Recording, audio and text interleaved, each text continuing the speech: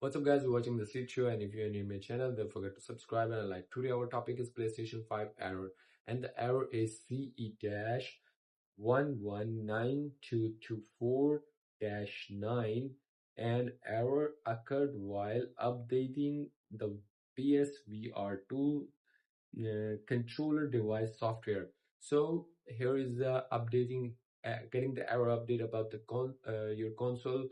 DualSense or DualShock. DualShock is the PS4 and DualSense is the PS5. So here I'm just going to share my screen with left side, and here we are.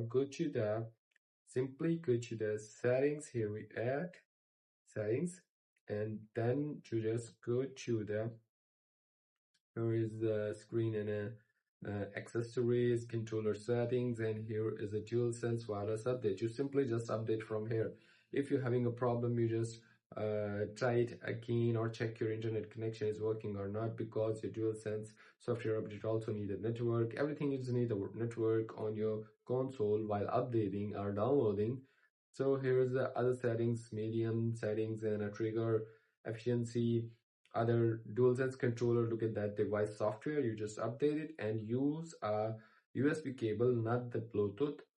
Check on the USB cable connection, not on the Bluetooth. Delay is the standard. Set it on, and here is, look at that, connection method. So simply that's how you can do it. And if it's not working, then just turn off your PlayStation 5, go to the safe mode. There's a rebuild database. Simply you just rebuild the database. After rebuilding the database, your corrupted file will be deleted, and you having a space in your storage, and after that it will be work. So simply that's how you can do it.